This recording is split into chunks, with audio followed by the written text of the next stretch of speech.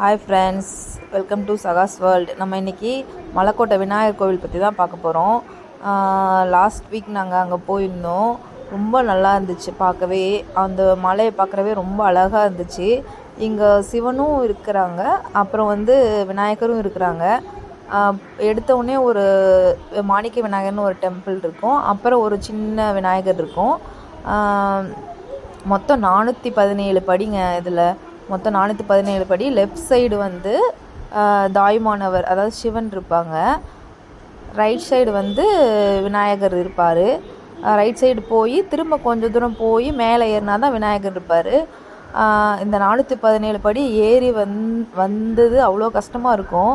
ஆனால் இங்கே இந்த ஸ்பாட் பார்த்தோன்னே வந்த வந்த அந்த பெயின் கொஞ்சம் கூட இருக்கவே இருக்காதுங்க.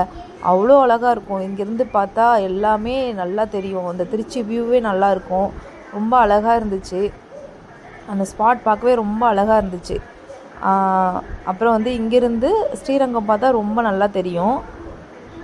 அந்த மேலே அந்த விநாயகருக்கு மேலே ஏறினோடனேமே அவ்வளோ காற்று, ரொம்ப அழகாக காற்று, ரொம்ப அந்த இடத்த விட்டு வரவே மனசே இல்லைங்க. அவ்வளோ நல்லா இருந்துச்சு.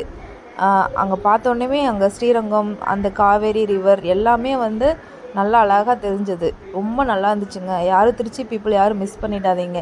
தேங்க்யூ.